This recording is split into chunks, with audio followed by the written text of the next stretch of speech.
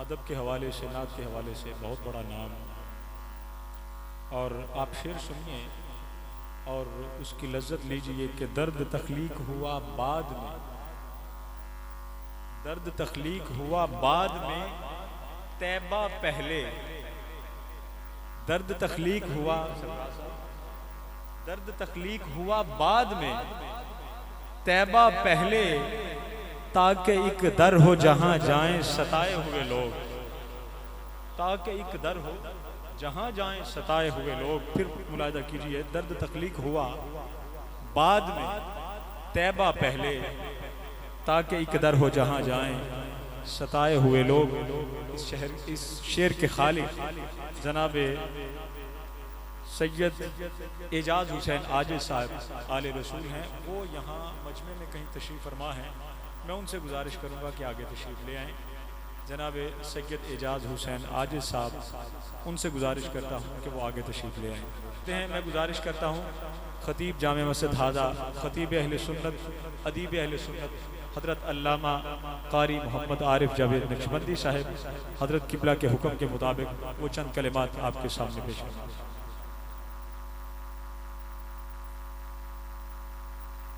बिस्मिल्लाहिर्रहमानिर्रहीम, नहमदुहु व नसल्ली अला रसूलिल करीम, अम्मा बाद, फ़ाऊज़ु बिल्लाहि समीउल अलीम मिनश शैतानिर रजीम, बिस्मिल्लाहिर्रहमानिर्रहीम।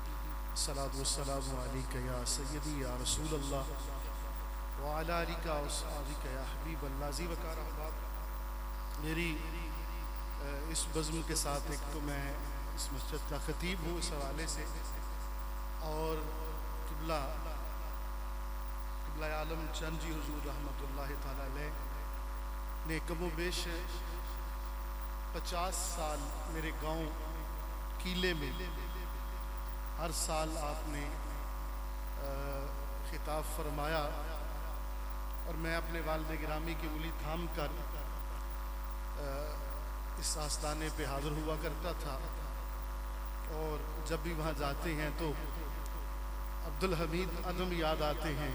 अरे मैं गुसारो सवेरे सवेरे, खराबात के गिर्द फेरे बफेरे, कभी इस तरफ से गुजर कर तो देखो, बड़ी रौनकें हैं फ़कीरों के डेरे, बड़ी रौनकें हैं फ़कीरों के डेरे। तो अल्हम्दुलिल्लाह ये रौनकें आज हमारा भी मुकद्दर बनी। मैं पीर साहब किबला के हुक्म पर दो बातें आपके सामने रखना चाहता हूँ। वालिद गिरामी का वजूद याद रखें, इस पूरी दुनिया के अंदर मैंने जितनी ज़िंदगी गुजारी है, जितना मैंने दुनिया को देखा है, और मस्जिद का इमाम और ख़तीब होने के नाते हमें लोगों को बाकी लोगों की निस्बत ज़्यादा समझने का मौका मिलता है। इस पूरी दुनिया के अंदर आपका उस्ताद हो, आपका दोस्त हो, सगा भाई भी क्यों ना हो, जब वो किसी को अपने से आगे निकलता हुआ देखता है ना, तो बर्दाश्त नहीं होता।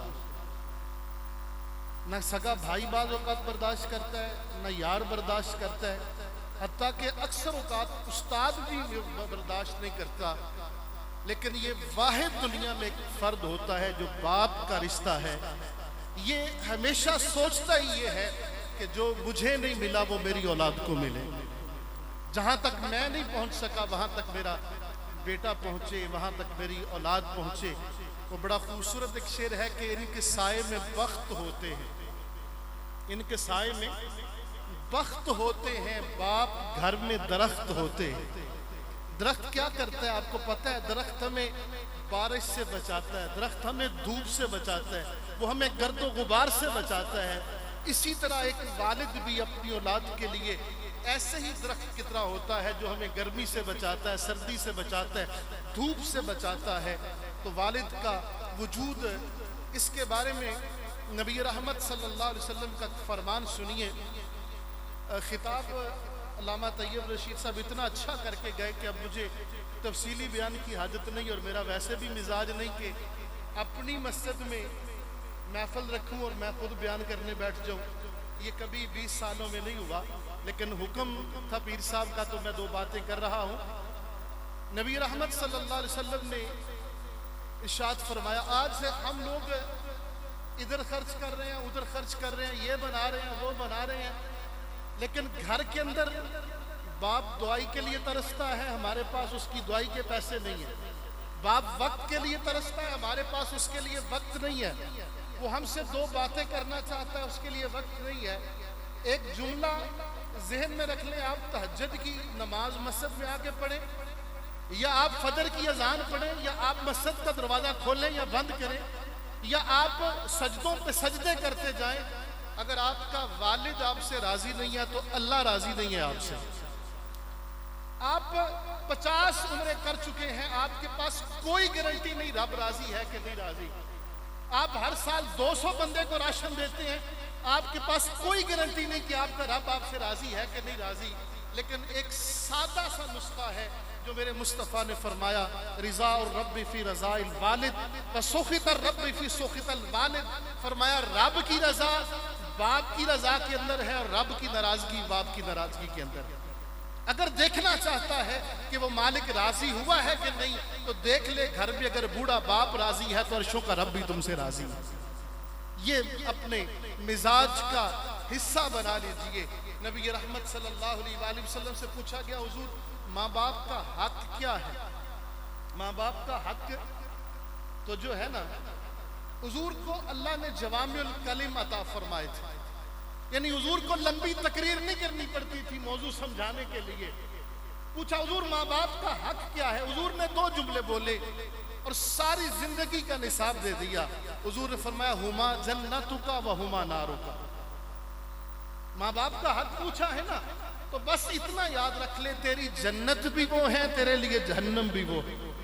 अब तेरी मर्जी है, खिदमत कर ले। अभी हमने कल परसों से सोशल मीडिया पे चल रहा है कि 2 नाहनजार वो अपने बाप को मार रहे हैं कि हमारे नाम पे जमीन क्यों नहीं करता।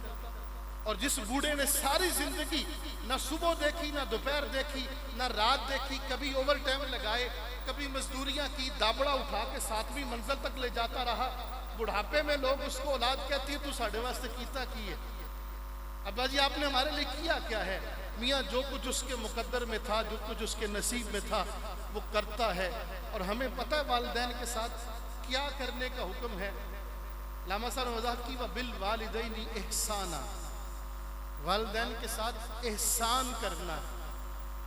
एहसान की सादा तारीफ ये है कि अगर कोई मौका था ना, मैंने आपको 10 रुपए दिए, तो जब आप कभी मुझे मुश्किल पे दे तो आप मुझे 12 रुपए लौटाएं।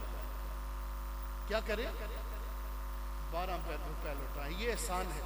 फरमाया बिल वालिदैनी एहसाना, वालिदैन के साथ एहसान करना है। यानी जिस तरह वालिदैन ने तुम्हारे बचपन में तुम्हारे साथ हुस्न सलूक किया था, तुमने उतना नहीं करना, उससे ज्यादा करना है। लेकिन हम आज कोई 1-2 दफा 3-4 दिन बाप बीमार रहे और गुजर जाए तो बेटा सारी उम्र बताता फिरता है, मैं तो जी अब्बा जी धोंदा भी रहा वहां, और जालमा अब्बा जी तेन 4 साल तक धोंदे रहने, उदों नहीं गौर किया? बूढ़ी वालदा तुझे 4 साल तक वो तेरे साथ ये मामलात करती रही, तुझे तब नहीं याद? तो वालिदैन के साथ हुस्न सलूक को प्यार बनाए। और दूसरी बात याद रखे, मुझे 29 साल हो गए दरसे निज़ामी में दाखिल हुए। 5वें साल में था जब मैंने बयान करना शुरू किया था। अल्लामा तैयब साहब, नौमान साहब, अल्लामा, मैं पूरी ईमानदारी से बताता हूँ, डॉक्टर साहब 25 साल में मुझे एक बंदा भी नहीं मिला जिसका बाप जिंदा हो और उसने कहा हो बाप की शान बयान। 25 साल में एक बंदा भी नहीं मिला जिसकी माँ जिंदा और उसने कहा हो मुझे माँ की शान सुनाओ। माँ मर जाती है तो कहते हैं जी माँ की शान सुनाओ, उनकी कर लोगे जी। बाप फौत हो गया, बाप की शान सुनाओ भी, अब तो बाप चला गया, अब क्या कर लेगा? कभी कोई ऐसा भी तो उठे ना जो आके कहे जी अब्बा जी बड़े बीमार रहते हैं, सारी रात खांसते रहते हैं, मुझे नींद नहीं आती, बड़ा बेचैन हो जाता हूँ, कोई अब्बा जी की शान सुनाओ ना ताकि मेरे दिल में बेचैनी ना आए। अब्बा जी बार बार बोलते हैं बात बात पे, मैं डिस्टर्ब होता हूँ। मुझे कोई ऐसी हदीस सुनाए कि अब्बा जी बोले तो मैं आगे से और उनके साथ मोहब्बत करूँ। आज तक ऐसा नहीं मिला। बाप की कदर उसकी जिंदगी में पहचानो। मेरे अब्बा जी इस जनवरी में फौत हो गए, माँ उनसे 8 महीने पहले फौत हो गई। 8 महीने में घर खाली हो गया। उनकी मौजूदगी में सीना चौड़ा करके घर जाया करते थे। अब पता नहीं होता, खुदा की इज्जत की कसम, कि गांव जाएंगे तो किसके पास ठहरेंगे, गांव जाएंगे तो हमारा खाना कौन बनाएगा, गांव जाएंगे तो हमें पानी कौन पूछेगा, ये नहीं पता होता किस भाई के घर जाना है। लेकिन जब माँ जिंदा थी तो सीना चौड़ा करके सीधा माँ के कदमों में बैठा करते, जब बाप जिंदा था तो सीधा सीना चौड़ा करके अब्बा जी के जाके हाथों पे बोसा देते थे कि ये मेरा घर है, क्योंकि मेरा बाप यहाँ पे रहता है, ये मेरा घर है, यहाँ मेरी माँ रहती है। उनकी जिंदगी में कदर पहचानो। अल्लाह तबारक व तआला जिनके जिंदा हैं उनको उनकी कदर की तौफीक दे, और जो चले गए अल्लाह उनकी मग़फ़िरत